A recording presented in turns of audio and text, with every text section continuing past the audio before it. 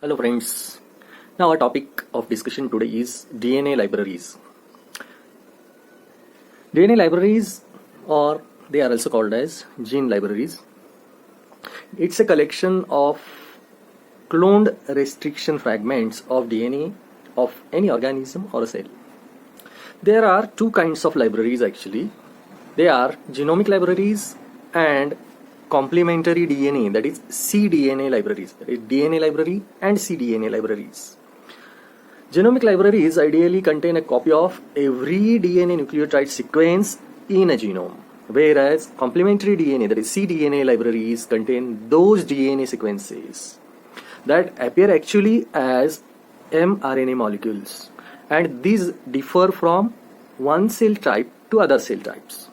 For example, in case of RNA viruses, when we are going for molecular typing of RNA viruses, for example, COVID virus, which type of DNA we are going to preserve as a library of this organism? Now, these organisms are generally actually RNA viruses. They don't have any DNA nucleotides in them. They don't have DNA fragment in them. So, while making the library of a genome of such organisms which are RNA viruses, first we have to convert their genome into complementary DNA strand.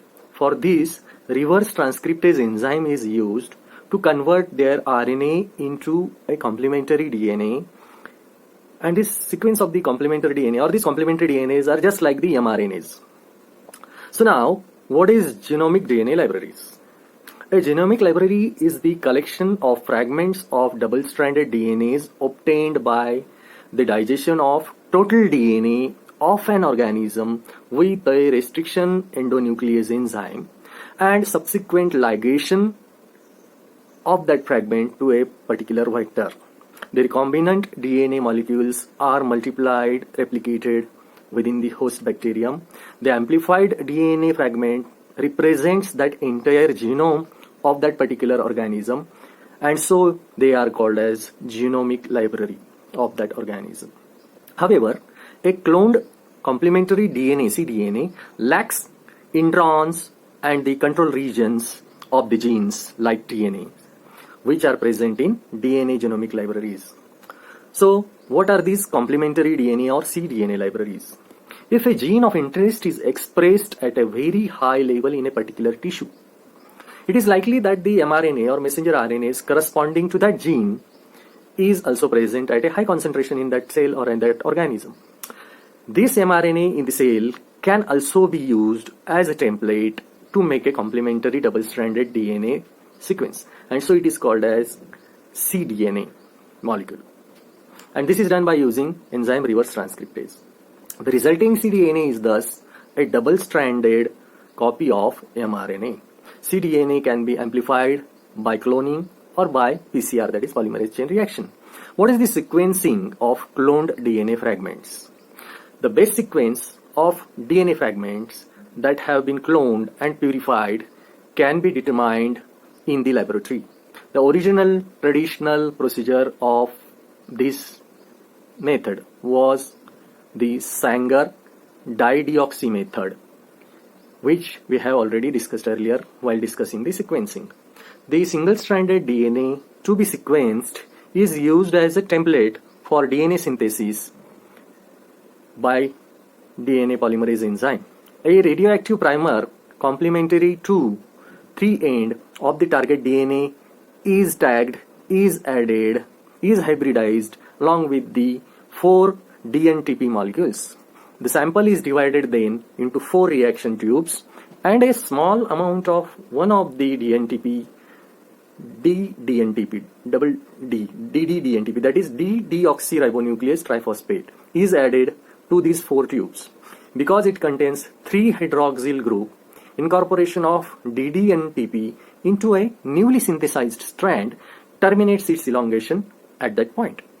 The products of this reaction then consists of a mixture of DNA strands of different lengths, each terminating at a specific base.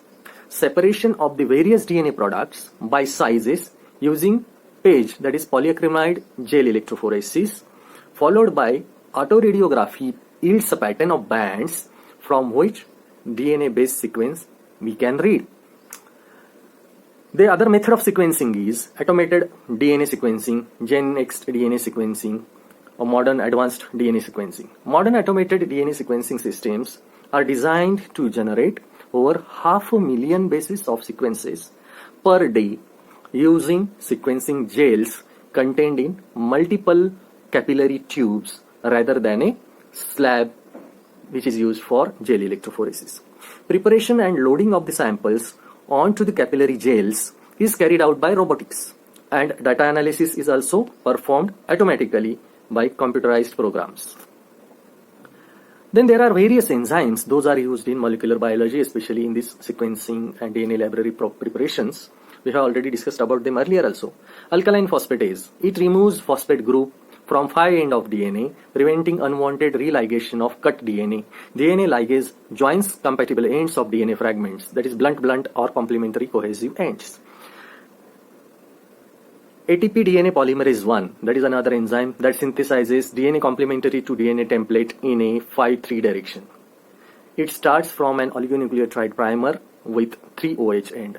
Exonuclease 3 enzyme used to digest nucleotides progressively from a DNA strand in a 3 to 5 direction. Polynucleotide kinase adds a phosphate group to 5' end of double or single stranded DNA or RNA. It also uses RNase enzymes, ATP RNase, a nuclease that digests RNA but not DNA. And then Taq DNA polymerase is one more enzyme which we have discussed during the PCR. This is the heat-stable DNA polymerase enzyme that is isolated from a thermostable microbe, that is Thermus aquaticus. So these are the few enzymes. Those are used for molecular biology purpose, especially during preparation of DNA libraries and sequencing. Thank you.